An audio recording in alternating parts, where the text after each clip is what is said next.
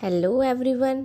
आज मैं आपके साथ श्री कृष्ण जन्माष्टमी के पावन उत्सव पर कान्हा जी के भोग के लिए मेवा पाक की रेसिपी शेयर करने जा रही हूँ, जो बनकर बहुत ही अच्छी तैयार होती है। तो चलिए स्टार्ट करते हैं। एक कढ़ाई में मैंने 2 टेबल स्पून देसी घी लिया है। इसको हम गरम कर लेंगे और इसमें हम 1 बॉल बादाम अपने भूनेंगे। हमें बादाम को उतना ही भूनना है जब तक ये चटकने लग जब बादाम चटकने लगता है तो इसका मतलब बादाम अंदर से भुन गया है। तब तक के लिए हमें इसको भूनना है और हम इसको निकाल लेंगे। ये प्रोसेस हमें हल्की आंच पर ही करना है। जितनी भी मेवा हम भूनेंगे सब हल्की आंच पर ही भूनेंगे। 1 बॉल मैंने काजू लिया है, इसको भी मैं हल्की आंच पर ही गोल्डन होने तक, हल्का सा जब इस पर कलर आने लगेगा ना काजू पर, तब तक के लिए हम इसको भुनेंगे। ये भी हमारे भुन गए हैं। इसको भी हम अलग निकाल कर एक प्लेट में रख लेंगे। सारी मेवाओं की क्वांटिटी आप अपनी इच्छा के अनुसार रख सकते हैं, कम ज़्यादा जितना भी आपको लेनी है आप उतनी ले सकते हो, क्योंकि मेज़रमेंट मैं आपको बाद में बताऊंगी इसका। इसलिए आपको जितनी मेवा लेनी है आप अपने हिसाब से ले सकते हैं। अब ये मैंने आधा बाउल मगज़ के बीज लिए हैं। इसको भी मैंने हल्का हल्का हल्की आंच पर ही भून लिया है। घी में जाते ही ये फटने लगती हैं, बस तब तक के लिए ही हमें इसको भूनना है और इसको निकाल लेना है। इसको मैंने अलग प्लेट में निकाल के रखा है। इसी तरीके से ये हम अलग प्लेट में निकाल लेंगे। अब इसी कढ़ाई में मैंने 1 टेबल स्पून घी और डाला है। अब मैं अपने इसमें 1 से 1.5 बॉल मखाना इसमें फ्राई कर लूँगी। मखाने को हमें क्रिस्पी होने तक भूनना है, हल्की आंच पर ही। देखें, इसको दबाकर देख लें। जब ये क्रिस्पी हो जाता है तब तक के लिए ही हमें इसको रोस्ट करना है और इसको भी अलग प्लेट में निकाल के रख लेना है। अब मैंने 1 से 1.5 बॉल नारियल लिया है। ये मैंने ग्रेट किया हुआ नारियल लिया है। पतले ग्रेटर से ग्रेट कर लिया था इसको मैंने। अगर आप मोटे वाले ग्रेटर से ग्रेट कर रहे हैं तो इसको हल्का सा पल्स मोड पर इसको हल्का सा पीस लीजिए। लेकिन मैंने पतले वाले ग्रेटर से ग्रेट किया है तो मैंने इसको पीसा नहीं है, इसलिए मैंने इसको ऐसा ही यूज़ करूँगी। इसको मैंने हल्का हल्का रोस्ट कर लिया है। इसको जब तक भूनना है इसमें हल्की सी खुशबू आने लगेगी, तब तक के लिए हमें इसको रोस्ट करना है। हल्का सा कलर भी आने लगा है इस पर, ये भुन गया है। इसको भी हम एक प्लेट में निकाल के अलग रख लेंगे। नारियल को भून के डालने से हमारे मेवा पाक की शेल्फ लाइफ जो है बढ़ जाती है। कच्चा नारियल डालते हैं तो ये ज़्यादा दिन तक नहीं चल पाती है। अब हम अपने काजू बादाम जो हमने भून कर रखे थे वो हम ग्राइंड कर लेंगे। हमें इसको पतला ग्राइंड नहीं करना है, हमें इसको दरदरा ही ग्राइंड करना है। मेवा पाक में मेवा थोड़ी सी मोटी मोटी ही रहती हैं तो ज़्यादा अच्छी लगती हैं, इसलिए हम इसको दरदरा ही ग्राइंड करेंगे। इसको हम एक बड़े बर्तन में निकाल कर रख लेंगे। जिसमें मैंने नारियल किया था उसी में मैंने काजू बादाम को ग्राइंड करके इसमें मिक्स कर दिया है। ये 4-5 बादाम मेरे साबुत रह गए थे, वो हम अलग रख लेंगे। अब हम अपने मखाने को ग्राइंड करेंगे। हमें मगज़ के बीज के साथ इसको नहीं पीसना है, मखाने को हम अलग ही पीसेंगे।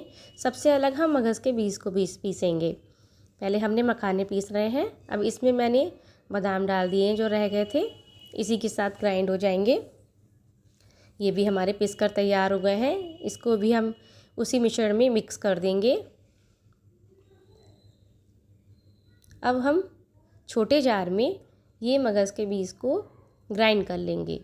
मैंने इसको आधा ग्राइंड किया है और थोड़े मगज़ के बीज मैंने अलग से भून कर रख लिए हैं।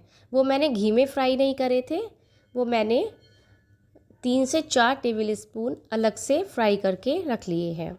ये ग्राइंड हो गया है। इसको भी हम इसी मिश्रण में रख लेंगे, क्योंकि जो साबुत मींगे होती हैं मगज़ के तो वो अच्छी लगती हैं जब मुंह में आती हैं बनकर। इसी तरीके से हम अपने सारे मिश्रण को मिक्स कर लेंगे। ये मैंने जो भुनी थी मगज़ के बीज, वो भी मैं इसमें ही मिक्स कर दूंगी। ये सारा मिश्रण हमारा पिसकर तैयार हो गया है। अब हमें इसका मेज़रमेंट इस तरीके से लेना है। इसी मिश्रण को हम अपने कप से नापेंगे। ये 2 कप, ये मिश्रण हमारा पूरा 4 कप था। तो जितना मिश्रण होता है उसकी आधी चीनी का यूज़ करते हैं। हमारा 4 कप मिश्रण था, 4 कप से थोड़ा ही कम था, इसलिए हम 2 कप चीनी का यूज़ करेंगे। अगर आप कम मीठा खाना पसंद करते हैं तो 1 कप और पौना कप ऐसे चीनी का यूज़ कर सकते हैं, और जितनी चीनी लेंगे उसका आधा पानी यूज़ करेंगे। जैसे 2 कप चीनी ली मैंने तो उसका आधा 1 कप पानी मैंने इसमें मिक्स किया है। तो ये मेज़रमेंट परफेक्ट रहता है। इससे आपकी मेवा पाक बहुत ही अच्छा जमेगा। जितना मिश्रण उसकी आधी चीनी, और जितनी चीनी उसका आधा पानी। ये मेज़रमेंट से आप बनाओगे मेवा पाक तो आपका हमेशा परफेक्ट बनेगा। अब मैंने इसमें एक थाली पर घी लगाकर इसको ग्रीस करके रख लिया है। अब हमारी चाशनी बन रही है, चीनी घुल गई है। इसमें मैंने 1 टेबल स्पून इलायची पाउडर भी मिक्स कर दिया है। हमारी चाशनी को बनने में 5 से 6 मिनट लग जाते हैं। इसको आप मीडियम टू हाई फ्लेम पर पका सकते हैं। बीच बीच में हम चेक करते रहेंगे कि इसका तार बन रहा है। ये हमारा एक तार बन गया है। हमें एक तार तक की ही चाशनी को पकाना है। जब एक तार चाशनी में बनने लगे तो आप समझिए कि चाशनी तैयार है हमारी। बस इसी तरीके से मिक्स करके हम अपने सारे मिश्रण को चाशनी में मिला देंगे। अब हम अपनी फ्लेम को हल्का कर देंगे। ये प्रोसेस हमें बिल्कुल सिम गैस पर ही करना है। इसी तरीके से हम चाशनी में अपने मिश्रण को सारा मिक्स कर लेंगे, सारी मेवा मिक्स कर लेंगे इसमें और अच्छे से चला लेंगे। जब सारा मिश्रण अच्छे से इकट्ठा होने लगे तो समझिए ये तैयार है। अब हम अपने ग्रीस करी हुई थाली पर अपनी सारी मेवा को कर देंगे और चम्मच की सहायता से हम इसे दबाते हुए फैला लेंगे। आपको जितना मोटा रखना है, जितनी मोटी लेयर रखनी है या पतली रखनी है, उसी के हिसाब से आप इसको फैला सकते हैं। ऐसे ऊपर से चिकना कर देंगे और अच्छे से इसको सेट कर लेंगे।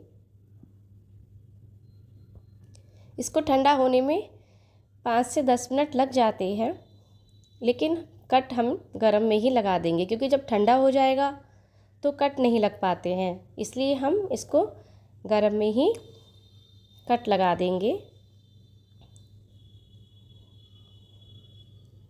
इस तरीके से आप जैसा चाहे उतने ही, छोटा साइज़ या बड़े साइज़, जितने साइज़ में चाहें आप कट लगा सकते हैं। अब इसको 5 से 10 मिनट रख देते हैं।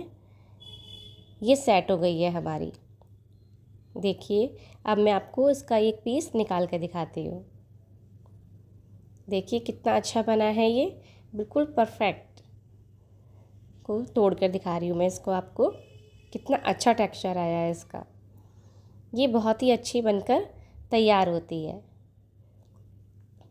कान्हा जी के भोग के लिए हमारा मेवा पाक बनकर तैयार है। आप भी बनाइए और अपने कान्हा जी को भोग लगाइए। राधे राधे।